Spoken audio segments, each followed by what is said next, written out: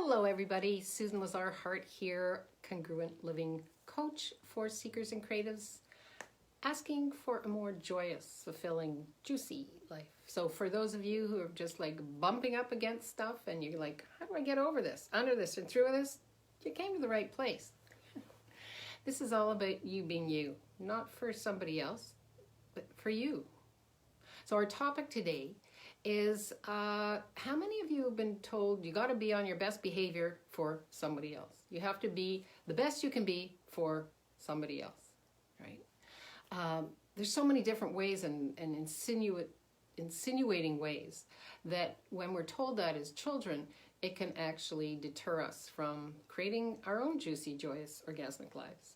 So that's our topic today. Our theme this month is momentum. And in that, when you try to be your best self, you're already negating that really brilliant being of who you truly be.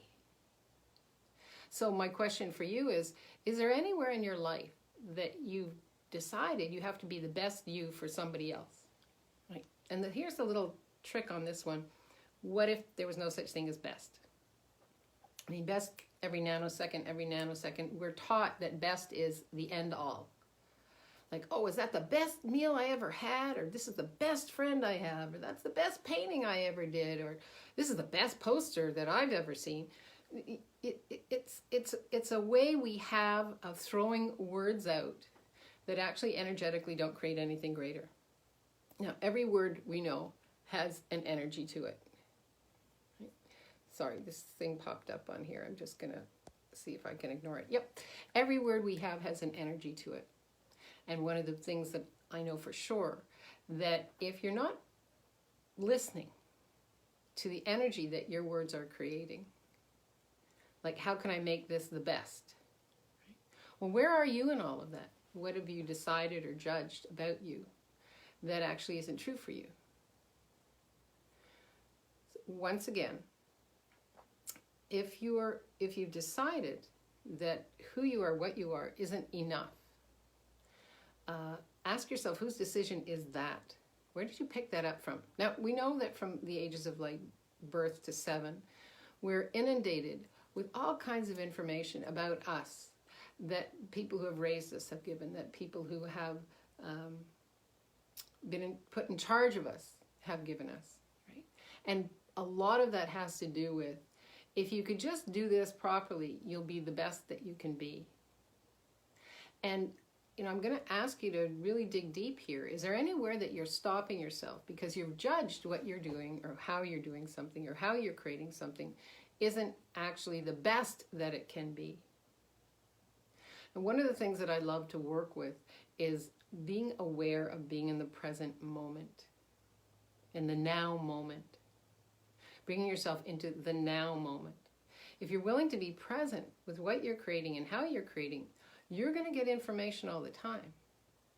And it has nothing to do with being the best.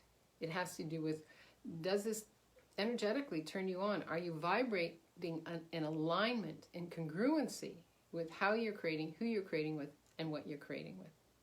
What does that create for you? For your life, for your living?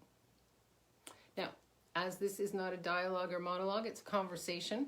I'm wondering if anybody is actually here, if I'm reaching out to people. I know there's been some funny stuff on the internet.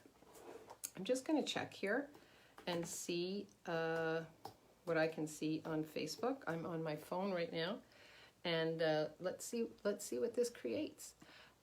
It could be that there are no desires for the Ask Susan on Thursdays. It could be that Ask Susan has run its course. It could be that my computer is not working. Hey, Laura, welcome.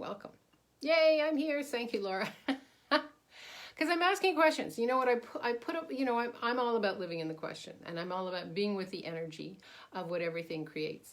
So one of the things that I did choose for myself is to shift Ask Susan from Sunday to Thursday. To see what that would create. I'm choosing to have my life shift and change on the weekends. And so yay, I got a thumbs up on that. And so with that, I was like, so I wonder what this will create. Now, I did put a poll up on our Congruent Living Facebook for creatives and seekers and asked of Monday, Tuesday, Wednesday, Thursday, Friday, which of these dates would work for you for Ask Susan. And I think 3 people responded. 2 of them responded twice. So for me, that tells me, so truth is Ask Susan, has it done all that it can do right now in this format? Is it asking to be something else? Is it asking to contribute in a different way to different people? I'm in the question. So if you're listening to this later, let me know. What are your thoughts on Ask Susan? If you're listening to it now, let me know. Hey, Hugo, nice to see you. Hi. So those are my questions for you about Ask Susan. About, again, I'm always in the question. And if you're listening later, #replay, put them in here. We've been talking about, the letting go of the idea and the ideal of being your best self, right? Whatever that is for you. And again, just to reiterate, these are things that we've learned from someone else, right? The whole idea of best means there has to be a worst, right? It's 2 sides of the same coin. So this week I'm asking you to dig deep and ask yourself, is there anywhere you're stopping the momentum in your life, in your living, in your creations by deciding, well, if it's not the best, then I'm not going to do it at all. Right? You see how that's 2 sides of the same coin? It's almost like the joy of failure. Well, I know I'm not going to be the best, so I'm not even going to try. Right? Is that ringing for anybody? Yeah. Again, if you were brought up in a system in which you were being rewarded for being at the top of the class, for being the fastest swimmer, for being the best at something or other, you could have decided that if you're not receiving that validation from someone else, you're not actually creating your life. Well, that's one of the biggest lies that we've ever been told. It's about you being you for you. What turns you on? What has you aligning energetically with the vibrations of who you be, what you be, and how you would like to create, because you have an innate knowing. When you go against that innate knowing, you're actually stopping the momentum of your life, your living, your creations, and you're confusing the universe, because the universe is like, I thought you had a desire for this. Now you're telling me that unless you get validated for someone else, by somebody else, this not of interest to you. Well, let me know. Right? You see how we really confuse things, ourselves and the universe as well? If we step out of that alignment with what we truly desire by judging ourselves as good, better, best, right? Again, my question for you is, have you decided you have to be your best self for someone else? And what if there was no such thing? What could that create? Any questions? Anything popping for people? If not, this is going to be a short and sweet one. And again, I encourage you, I invite you to re-listen to this. We had a lot of juicy nuggets at the top. And I have some questions for you with Ask Susan. So I'm looking forward to your feedback. If I see no questions, we're out. I adore you all. And dig deep with this one, okay? Are you creating your life for someone else, for their viewpoint of what is best for you? And how's that working for you? Let me know. Come on in with the comments below. If you're not commenting now, I check in every day. And if you want to dive deeper, you can always contact me. Go to susanlazarhart.com and let's book in a session and see what we can create together. Let's just explore what's working for you and what's not working for you. And let go of what anybody else had in mind for you to be and dive into what you truly desire to create in the world. I bet you could change it. I bet you'll be changing your world too. All right. Maria, yay! Question. I find myself doing for other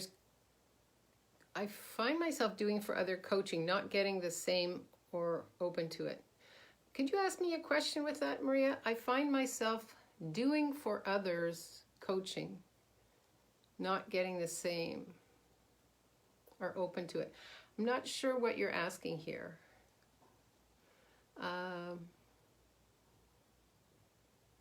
not getting the same. What does that mean? Doing for others like coaching. So you find that you're coaching others and not getting the same. I could use the same what? Sorry, Maria. I find myself doing for others like coaching and not getting, I could use the same. So are you saying that you coach others and you would like them to coach you back? Is that what you're saying, Maria? And how does that fit in with being the best, deciding to be the best? I'm wondering why I am so open to coaching, but maybe not receiving the coaching too. Oh, okay. I'm wondering, thank you so much, Maria. I appreciate your hanging in there with me and getting it clear. I'm wondering why I'm so open to coach, but not receiving the coaching. So in other words, you're open to coaching other people, but not receiving that coaching. Is that correct? Just let me know if that's correct. Not open. Not them, but coaches who can assist me with my needs. So this is cool. Thank you.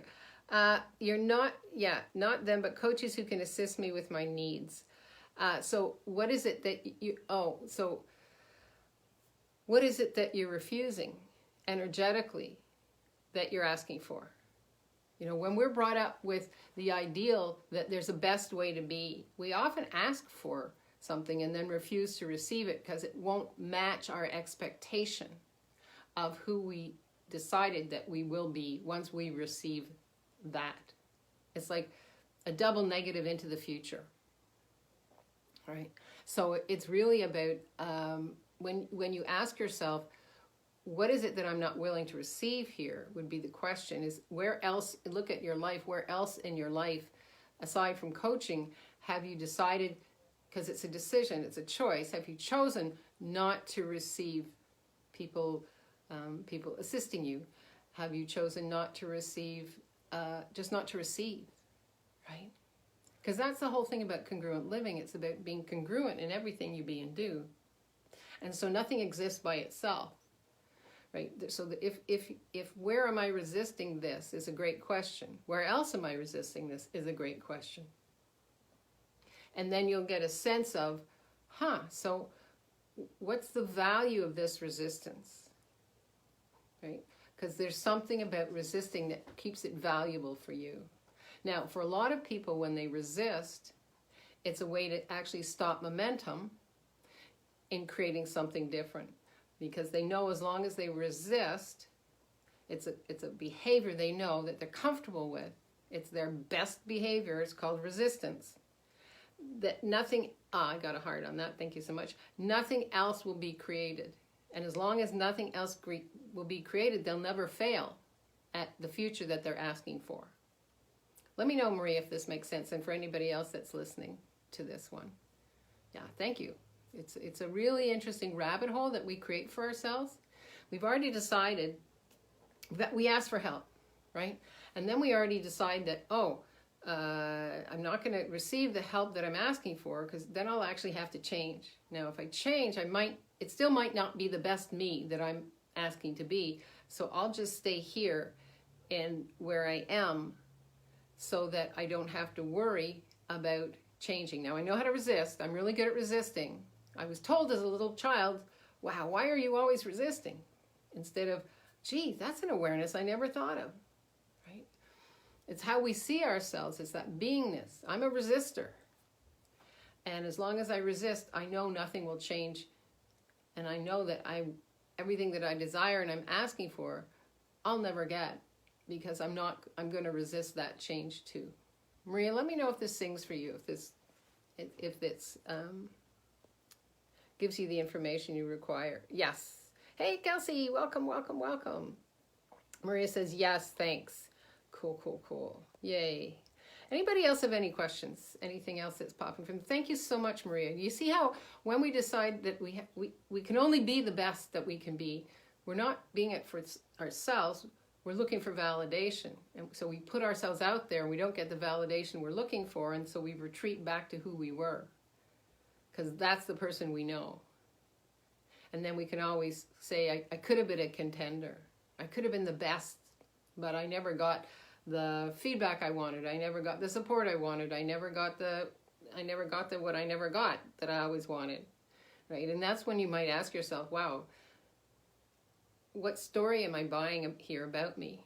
And does that actually contribute to this now moment that I'm actually asking to create in? Yeah. So I wonder, there's lots of juicy things here. I wonder what that could create for you. If you actually ask yourself, okay, if I'm willing to be in the now moment, right now, what is this? What's the information here that I'm receiving? Because there's information everywhere, and it has nothing to do with best. It has to do with, are you willing to receive? And thank you, Maria, for this. You really opened up a whole vista about receiving that people are asking to hear about. So I appreciate your question. Yeah, definitely. Fear of judgment too. That, you see, that's it, Maria, exactly in a nutshell. From that birth to 7, that subconscious mind that we created is filled with other people's points of views about who we are, what we are, and how we are. And let's call that judgment, right? But you're taught at a very young age that you're supposed to receive this judgment, that judgment is good, that I'm only trying to help you, right? I'm the only one that loves you enough to tell you what's wrong with you. And so it's really not a fear of judgment, it's more a comfortableness in looking for judgment, because that will relate to how you were raised, that subconscious mind. So my target here is to encourage you to leave the past behind and be in the present.